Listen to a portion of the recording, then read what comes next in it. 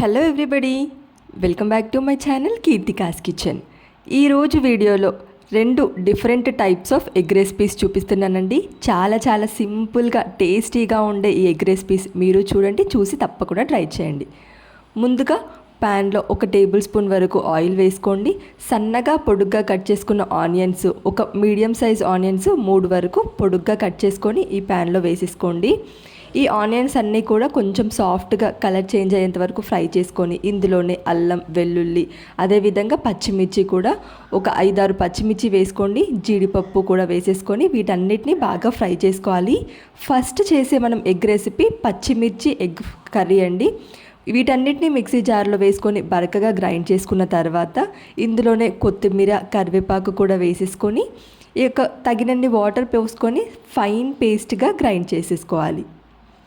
Next ఇక్కడ ముందుగానే నేను ఎగ్స్ ఉడకబెట్టుకున్నానండి. ఇలా ఉడికించుకున్న ఎగ్స్ని ఘాట్లు పెట్టుకోండి. నేను ఇక్కడ చూపిస్తున్నాను చూడండి, ఈ విధంగా అన్ని ఎగ్స్కి కూడా ఘాట్లు పెట్టేసుకోవాలి. ఇంకా నెక్స్ట్ అదే ప్యాన్లో ఒక చిన్న టేబుల్ స్పూన్ వరకు ఆయిల్ వేసుకొని 1/2 టేబుల్ స్పూన్ పసుపు, 1/2 టేబుల్ స్పూన్ కారం, 1/2 టేబుల్ స్పూన్ సాల్ట్ వేసి ఇక వీటిలోనే మనం ముందుగా ఘాట్లు పెట్టుకున్న ఎగ్స్ ఉన్నాయి చూడండి, ఈ ఎగ్స్ అన్నిటినీ కూడా వేసి లో ఫ్లేమ్లో పెట్టుకొని ఇలా కలుపుతూ ఒక 2 నిమిషాల పాటు ఫ్రై చేసేసుకోవాలి. నెక్స్ట్ ప్యాన్ పెట్టుకొని ఇందులో 1 టేబుల్ స్పూన్ వరకు జీలకర్రను వేసుకొని జీలకర్రని బాగా వేయించుకున్న తర్వాత ఇలా దంచి పొడి చేసేసుకోండి. నెక్స్ట్ అదే ప్యాన్లో 1 టేబుల్ స్పూన్ వరకు బ్లాక్ పెప్పర్ సీడ్స్ వేసుకొని వీటిని కూడా దంచి పొడి చేసుకోండి. ఇలా వేయించడం వల్ల పొడి త్వరగా అయిపోతుంది. ఇక ఇప్పుడు ప్యాన్లో 1 టేబుల్ స్పూన్ వరకు ఆయిల్ వేసుకొని 1 ఇంచ్ దాల్చిన చెక్క, ఇలాచి, 2 లవంగాలు వేసేసుకొని ఇందులోనే మనం ముందుగా గ్రైండ్ చేసుకున్న పచ్చిమిర్చి, ఉల్లిపాయ పేస్ట్ ఉంది చూడండి, అది కూడా వేసేసుకొని ఆయిల్ నుండి సపరేట్ అయ్యేంత వరకు ఫ్రై చేసుకోవాలి. నెక్స్ట్ ఇందులోనే పసుపు, మనం దంచుకున్న జీలకర్ర పొడి, అదేవిధంగా బ్లాక్ పెప్పర్ పౌడర్ కూడా వేసేసుకోవాలి.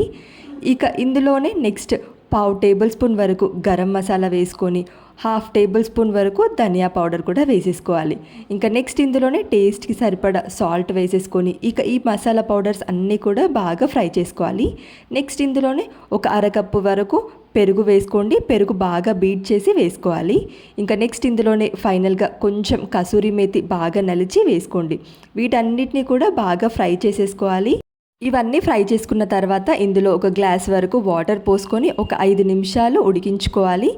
ట్యాప్ పెట్టేసి ఒక 5 మినిట్స్ ఉడికించుకున్న తర్వాత ఇందులోనే మనం ముందుగా ఫ్రై చేసి పెట్టుకున్న ఎగ్స్ కూడా వేసేసి ఆయిల్ పైకి తేలేంత వరకు దగ్గరగా గ్రేవీ చిక్కగా అయ్యేంత వరకు ఉడికించుకుంటే మన చిక్కటి గ్రేవీతో పచ్చిమిర్చి ఎగ్ కర్రీ రెడీ అయిపోయింది. చాలా టేస్టీగా ఇంకా సింపుల్గా ఉండే ఈ రెసిపీ మీరు తప్పకుండా ట్రై చేయండి, మీకు తప్పకుండా నచ్చుతుంది.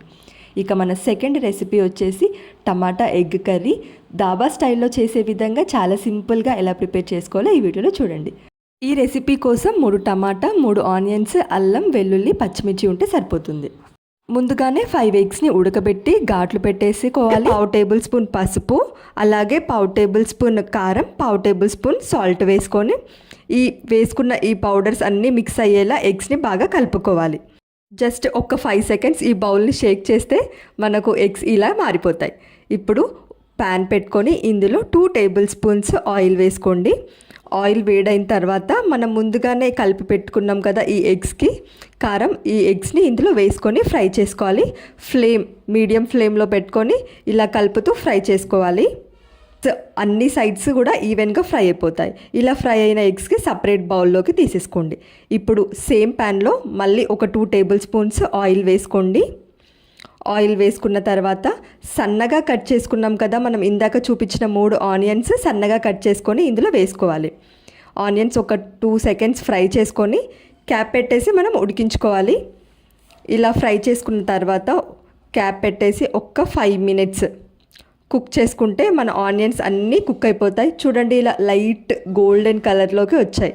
ఇలా ఫ్రై చేసుకున్న తర్వాత ఇందులోనే ఫ్రెష్గా దంచుకున్న అల్లం, వెల్లుల్లి పేస్ట్ వేయాలి. మెయిన్గా నాన్ వెజ్ కర్రీస్ చేసేటప్పుడు, ఇలా గ్రేవీ కర్రీస్ చేసేటప్పుడు ఎప్పుడైనా ఫ్రెష్గా దంచుకున్న అల్లం వెల్లుల్లి పేస్ట్ వేస్తేనే కర్రీకి నెక్స్ట్ లెవెల్ అరోమా వస్తుంది. ఇందులోనే ఒక గుప్పెడు కరివేపాకు వేసుకొని ఒక 2 సెకండ్స్ ఫ్రై చేయండి. ఇంకా నెక్స్ట్ ఇందులోనే పావు టేబుల్ స్పూన్ పసుపు. ఆల్రెడీ మనం పసుపు ఇందాక ఎగ్స్కి వేసాం కాబట్టి జస్ట్ పావు టేబుల్ స్పూన్ వేస్తే సరిపోతుంది. స్పైస్కి తగ్గట్టు కారం. నేను ఇక్కడ 1 టేబుల్ స్పూన్ కారం వేసాను. కారం వేసాక దగ్గరగా ఉడికించుకోవాలి. ఇప్పుడు ఇందులోనే 1 కప్పు పెరుగు, బీట్ చేసిన పెరుగు వేసుకోండి. ఇలా పెరుగు కూడా వేసాక ఒకసారి కలుపుకొని 3 టొమాటోస్ని నేను ప్యూరీ పట్టేశాను.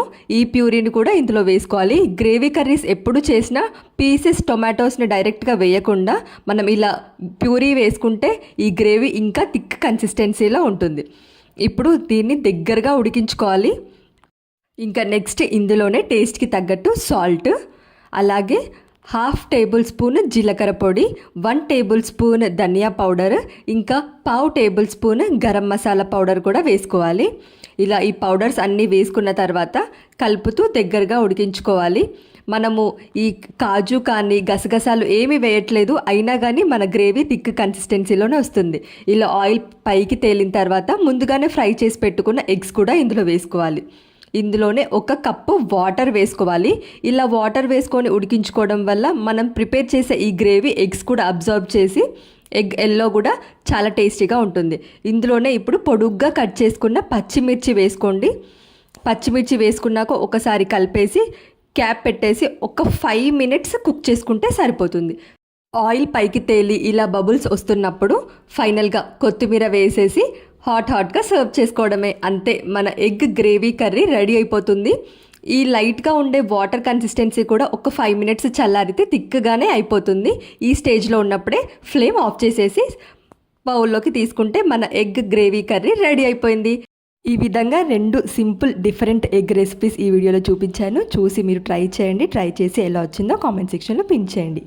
వీడియో నచ్చితే లైక్ చేయండి. ఇలాంటి మరిన్ని ఇంట్రెస్టింగ్ రెసిపీస్ కోసం ఛానల్ని సబ్స్క్రైబ్ చేయండి. Thank you for watching.